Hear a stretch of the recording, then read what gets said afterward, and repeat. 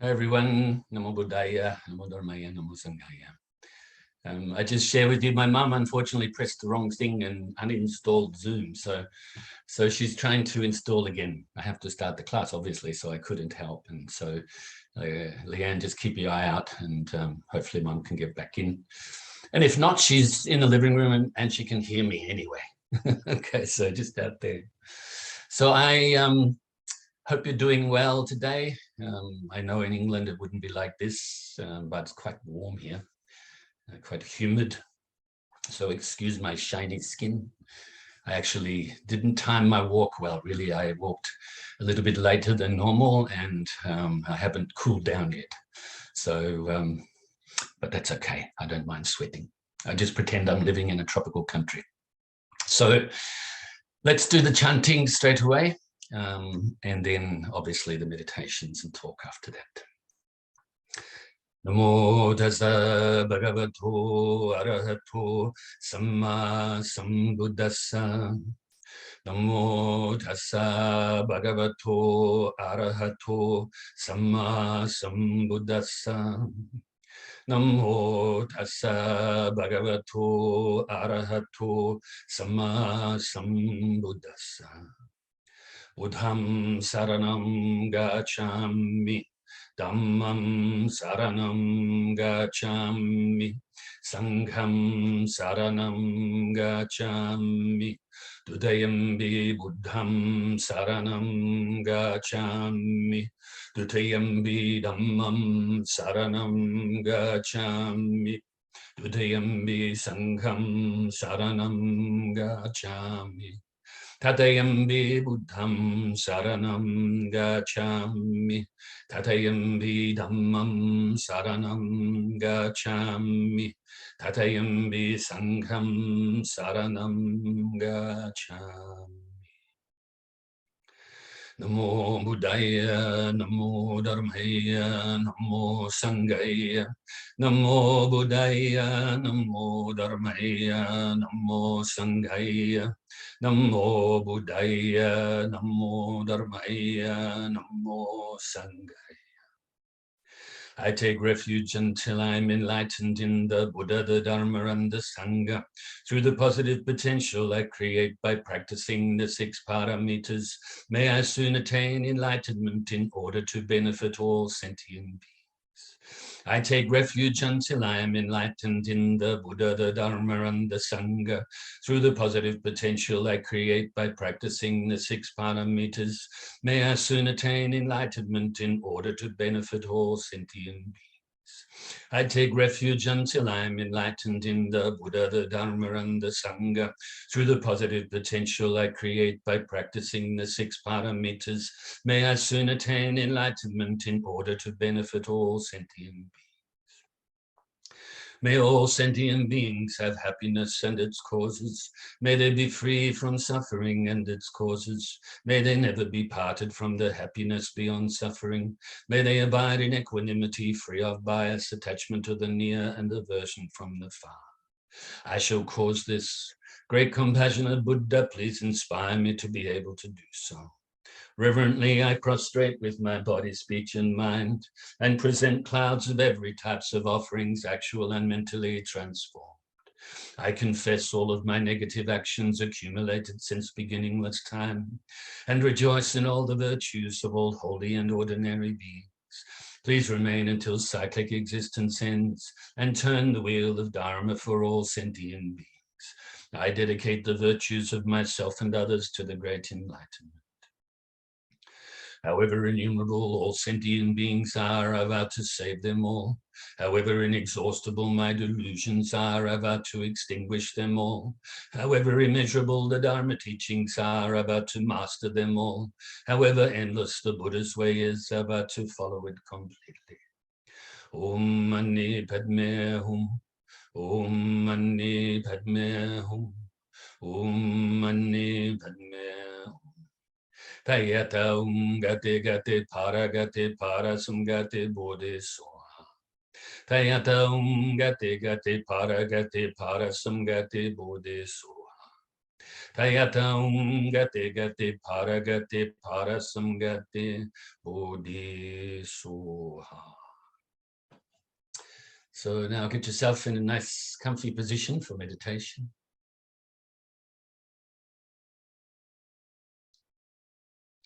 And let's be kind to ourselves now and release the tension in our bodies. Also releasing the tension in the mind.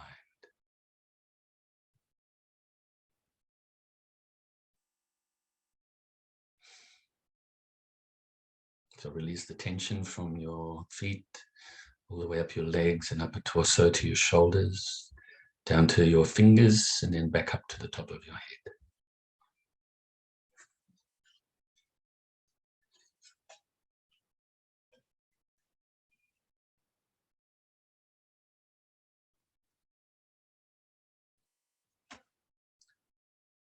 And also scan your body again to see if there's any more tension you can release.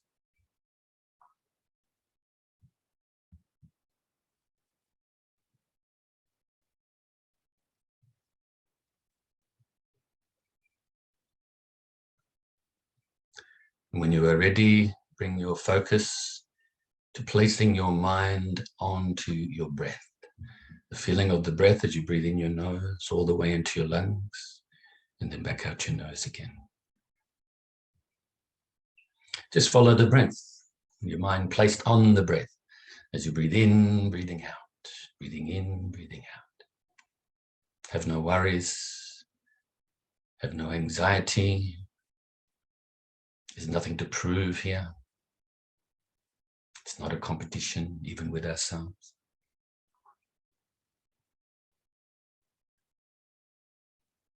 If you're so inclined as well, you can add the extra technique of counting the breaths. One in-breath and one out-breath is 1, and so on. Count up to 10, and then back to 1 again. Unless you get distracted on the way to counting to 10, then that time, go back to 1. So while you are focusing on your breath, if mental agitation arises, if thoughts, feelings, any mental activity arises, don't cling to it or grasp at it. Also, don't try to force it away or deny it, but simply replace your mind back onto your breath and let it go naturally. And if your mind starts to become dull and fuzzy, then focus on your breath more brightly.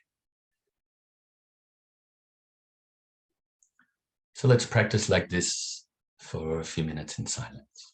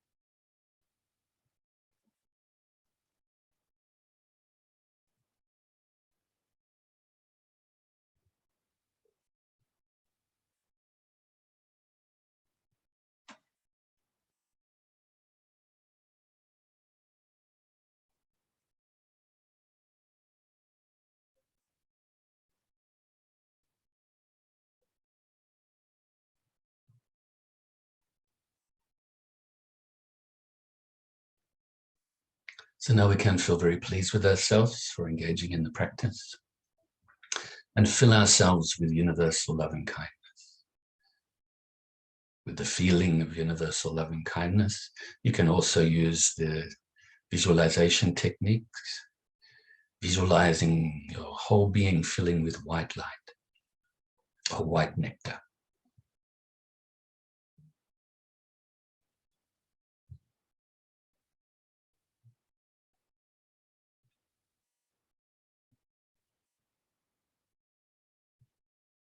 So much so that it now overflows and radiates outwards, initially to our loved ones, our family, our friends,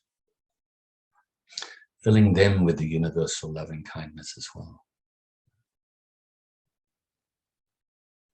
So if you are using the visualization technique and it's the white light, then the white light radiates from your heart center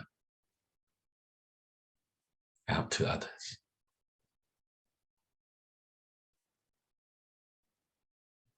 And fills them with the white light as well.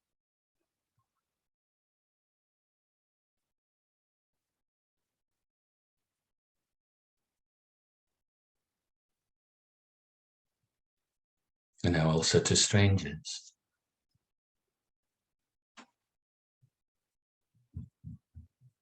And to those that you find difficult, may even regard as enemies. All of these beings now are filled with your universal loving kindness that is generated in your own heart. May they all be happy, free from suffering, and be peaceful.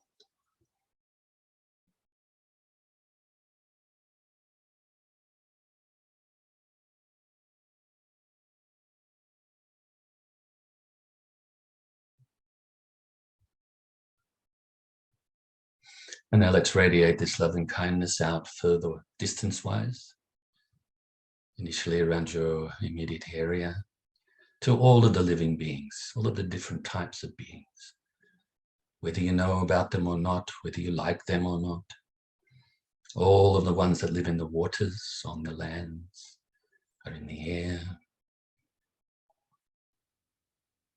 no matter what form, or whether they are free from form.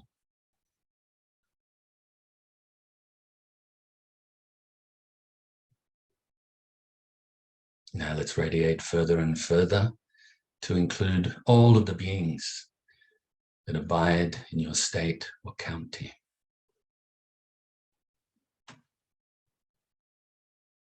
And even all of nature.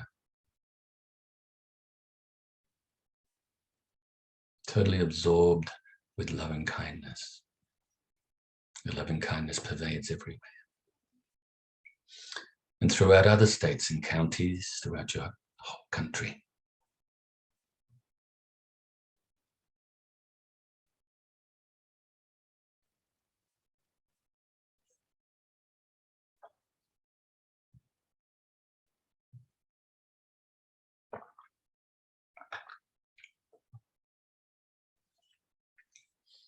And other countries throughout the world. Those that you have an affinity towards, those that you are indifferent towards, and those that you may have some negative feelings towards.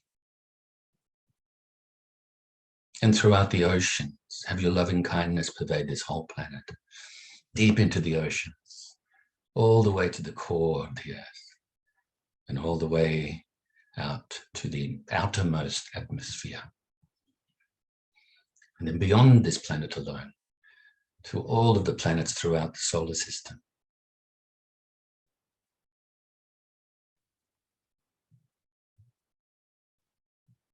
Your radiation of this loving kindness has gathered so much momentum now. It's spreading fast. All the solar systems throughout the galaxy.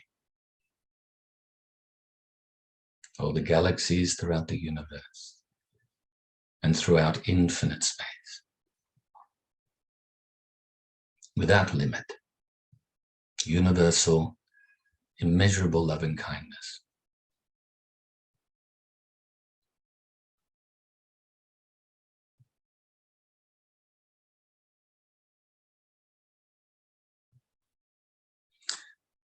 whilst also being present here and now to recite the dedication prayer. Due to this merit, may I soon attain the enlightened state of the Buddha, so that I may be able to liberate all sentient beings from their suffering. May the precious body, Chitta, not yet born, arise and grow. May that born have no decline, but increase forevermore. And may the precious view of Shunyata, not yet born, arise and grow. May that born have no decline, but increase forevermore. Namo Buddhaya, Namo Dhammaya, Namo Sanghaya. And so, as you know, we're going to have Q&A.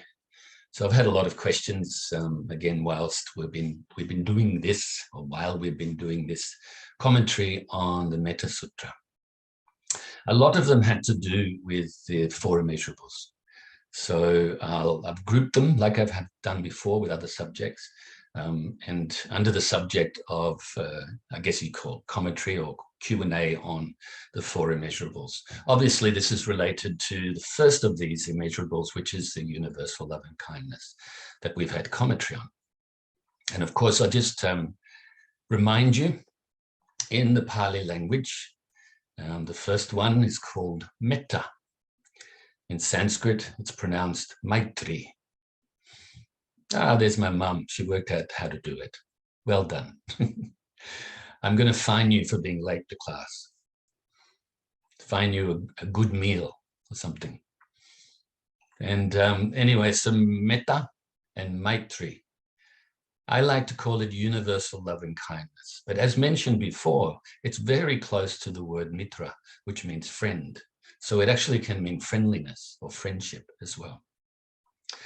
It also has an element of honesty to ourselves and to others. And also forgiveness and acceptance, appreciation, gratitude. All of these different types of good qualities can be included in this word metta. It's a multifaceted word. That's why I like to put the word universal in front of it. And I came up with this idea. I hadn't seen it written like that before or spoken like that before until I actually wrote the musical. Before I wrote the musical, I was asked by the World Fellowship of Buddhists to put the part of the Metta Sutra to song. So that's the first part of that song, the full song, Universal Love Song. Initially was written for the second and the third verses. And lyrics slightly different, if I remember correctly. But anyway, so I like to use the word universal because this covers everything. There's no limit to it. And you could say something that's universal is immeasurable. It's unlimited, it's infinite. And this is what we are really aiming towards understanding and developing and accumulating all of the vast amounts of merit that help us to develop this love and kindness and all of the other far-reaching attitudes beyond limit. Then, of course, the second of the Four Immeasurables is known as karuna. Karuna in both Pali and in Sanskrit. And this translates as compassion. And once again, I like to use the word universal in front of it, universal compassion. Then we have a word it's the same in both languages again, mudita. And mudita can be translated as empathetic joy. It can also just be known as joy. It can be sympathetic joy. It's basically, I'll explain this a little bit later, but it's basically the joy in other people's success, especially on the Dharma path. And I'll speak about these as antidotes, but also as an immeasurable as well. Then, of course, we have in Pali, upekkha, in Sanskrit, upeksha. And this is translated as equanimity. You could also translate it as non-bias mind. Of course, for the metta, or universal love and kindness, universal compassion, empathetic joy, for them to be immeasurable, for them to be universal, they have to be based on equanimity, on no bias. Bias comes from attachment. As we say in the prayer, attachment to the near and aversion from the far. In other words, attachment to that which we find pleasing and want. And then, of course, aversion from that which we find unpleasant and don't want. This obviously comes from a lack of understanding, avijja. Avijja in Pali, avidya in Sanskrit, that we normally translate as ignorance or a lack of understanding, a lack of knowing. So because of this, once again, I go to the three poisons. The ignorance is the root cause of all samsara, of all suffering. The root cause, ignorance, gives rise then to this duality of attachment and aversion. Quite often we could just say attachment, because aversion actually is the same as attachment. It is attachment. But of course, because we're now thinking in a dualistic way, we can use two words, attachment and aversion. I've even seen it written as the attachment of aversion. So I think you can understand what I mean. This attachment, this aversion, it's like the attachment, for instance, you know, it's like honey, you could say. Very sweet, very nice. And sugar, same, very sweet, very nice, but very sticky. Very difficult once you get stuck in there. Like if you put some honey on the wall, don't do it. But if you put some honey on the wall and a fly goes near it because it likes the sweetness, it will get stuck. So our mind gets stuck with this attachment. It feels like we're creating some sort of happiness, some sort of pleasure through the sweetness of that which we think we want and are attached to. But then we get stuck with it, and then it reinforces itself and gets thicker and thicker and thicker. And aversion, we may find something unpleasant. Maybe you don't like Vegemite. In England, I think you have a similar thing called Marmite. You know, this vegetable extract, it's quite salty, actually quite good for you, I believe. I never liked it as a kid. These days, I don't mind the taste. I don't eat it as such. You know, I get the nutrients that it gives from other things, but it's just a habit not to eat it. But I know my mum eats it, and I know many Australians eat it, but many people don't like it as well. And I really didn't like it when I was a kid and teenager even. And so this gets stuck in your mind again, isn't it? You know, you want to push it away, but what happens if it comes to you? What happens if it's the only food you have? Hopefully you never get to that case or that stage in your life. But what happens if that's all you have to eat at that time? Then, of course, you have to eat it and cause some sort of displeasure. I'll share a funny little story very briefly with you. I recall, of course, long time ago, so maybe my memory of this experience isn't totally accurate the way I'm going to explain it to you now, but close. The spirit is there. My sister and I were very close, even though we argued quite a bit sometimes, especially when we were teenagers. You know, we got irritated with each other a lot. And but the love was always there, and the closeness was always there. And when I first left school, just before, you know, I left school really to be a musician, but I actually took some work in a bank for a short period of time. And just, you know, my mum and dad were very supportive. I said I didn't want to go to university. So in those days, you didn't have to go to the end of school, you know, what they called HSC, high school certificate in those days.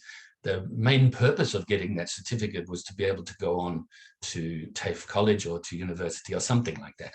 And so anyway, they said to me, okay, if you get some work, you know, proper job, for a period at least, then you can leave school. So I did. So I was just before I was 17.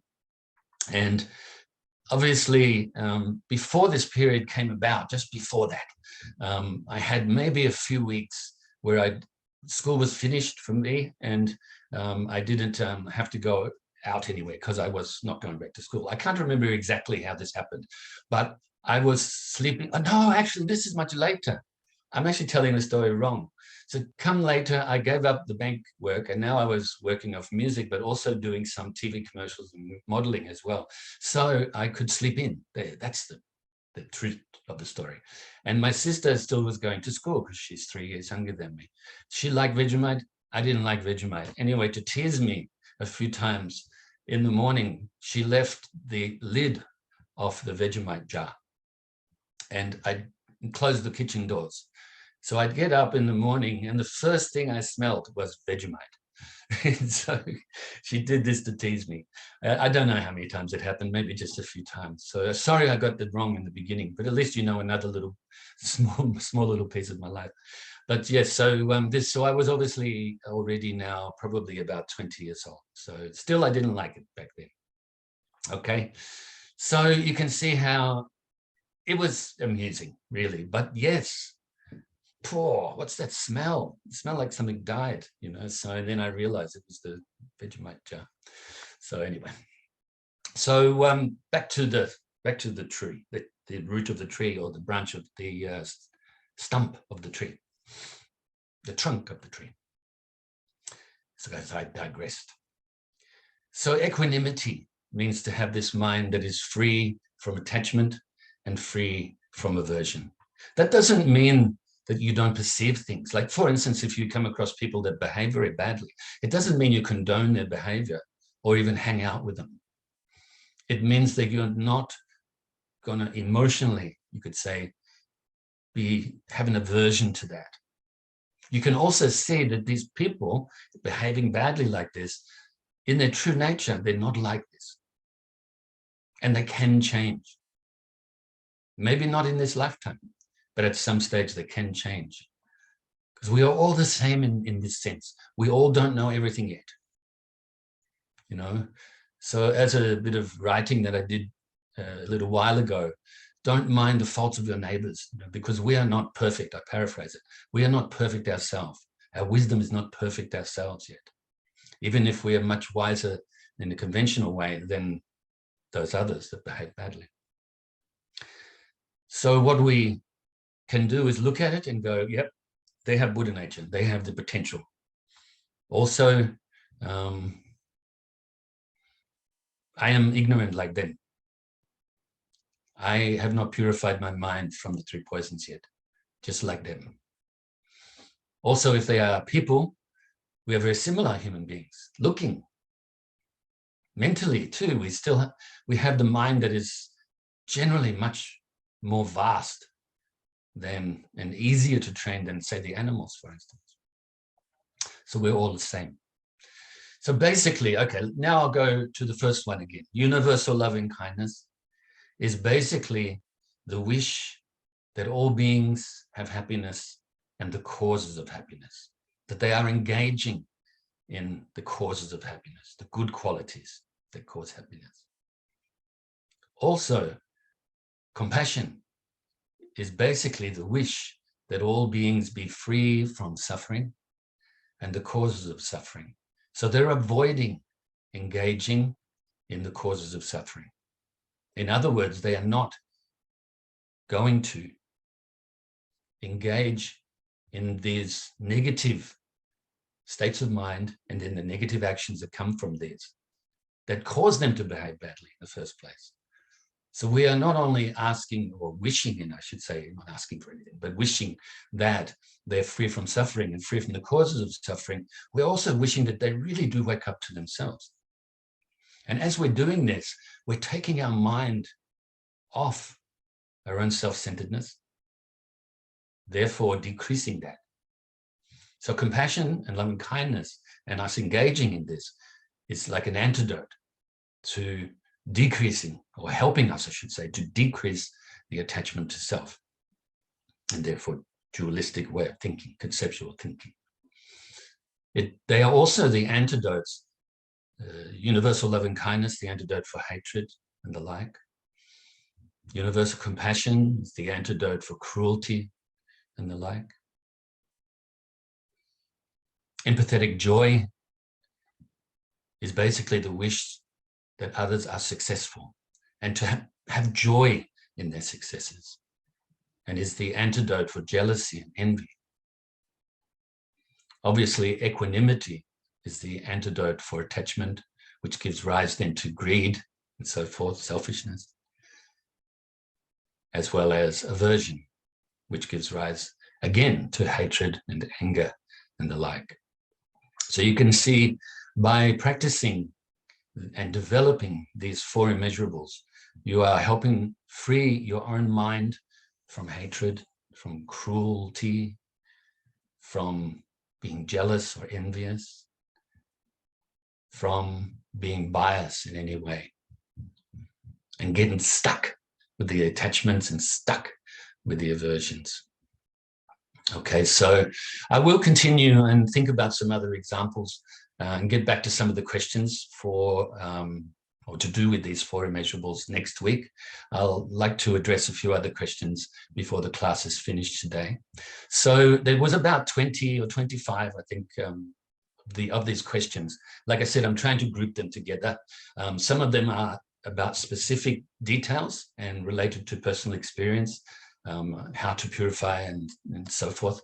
But today I thought I'd just give a slight overview like that, which hopefully has answered already about 15 or 20 of the questions. Okay, so the people that have asked the questions over time, if I have not answered clearly enough for you or given you enough detail, just let me know and I will continue to do that next week. Okay, so somebody else asked about a teaching that I wrote called "Don't live like a frog in a well," basically, or "Don't be like a frog in a well." This actually comes really from the Dharma teachings, in the scriptures. I can't remember what scripture or scriptures, but the example of a frog in a well. Basically, what I mean by that is the frog lives in the well. He thinks that well is the whole universe. Therefore, he doesn't see anything outside of the well. This is like when we are really closed-minded, clinging to self, really believing, we've really convinced ourselves now that what we have aversion towards really is ugly, really is repulsive. We are right. That person really is bad. Also, we have really convinced ourselves how good the things that we're attached to are. It's like we exaggerate the goodness in these things. Some of them may be really good, but we cling to it, get stuck in it. Some of them may be not so good, but you convince yourself that they are good. So the frog is like this in the well. We are like this when we have closed mind. I'll give an example from a different article, and I know that I've spoken about this before. The example of the camera. The camera, if you put it on close up, that is all you see. Just that, through there, very myopic.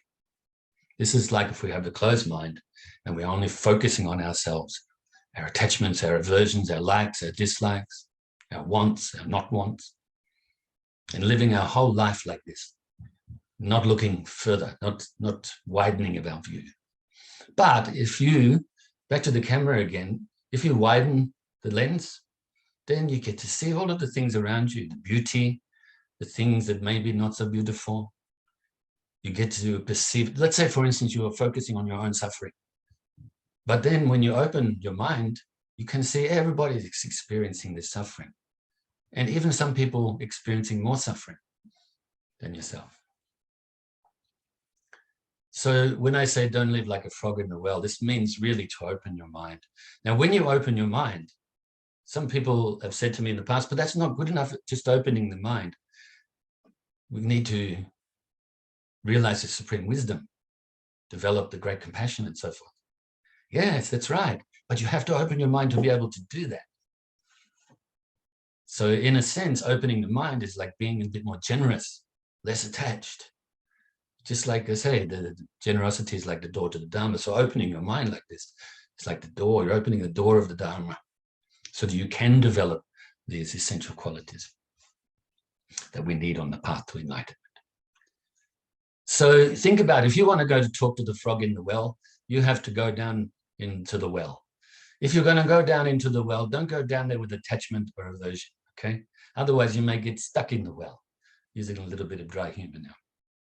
You go down there with bodhicitta intention, great compassionate intention to try to coax the frog out of the well. But, you know, if you can't coax him out of the well, then wish him the best. Maybe bring him some nice vegetables or something. I was going to say what they eat, actually. They don't eat vegetables, they eat other creatures. But you don't bring that because, yeah, obvious reasons. Anyway, so if you're going into the well, you're going into the well to help the frog, okay? You're not going down there to be like the frog. So that's that one. I'll leave that one there. Open mind, very important. The other one is don't live like an emu or an ostrich and stick your head in the sand. Live like that. You know, what I mean by that is basically, you know, be responsible. If you engage in some negative actions, you know, you think nobody sees you, but actually that you can't be sure that the other people didn't see you. Just like the emu and the ostrich, they put their head in the sand when they don't want to be seen, but their butt's in the air. The biggest part of their body is in the air, so they are still seen.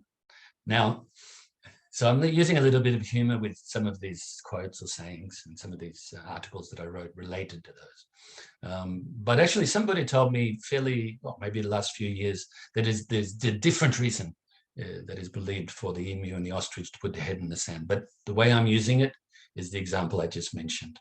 So be responsible. Don't be irresponsible. Don't live in denial, okay? So we've got maybe 20 seconds or so to go. I rejoice in your goodness, and I look forward to seeing you next week. Please take very good care of yourself, both mentally and physically, and care of others if you can as well. Practice the Dharma to the best of your ability and share it to the best of your ability. And rejoice, rejoice, rejoice.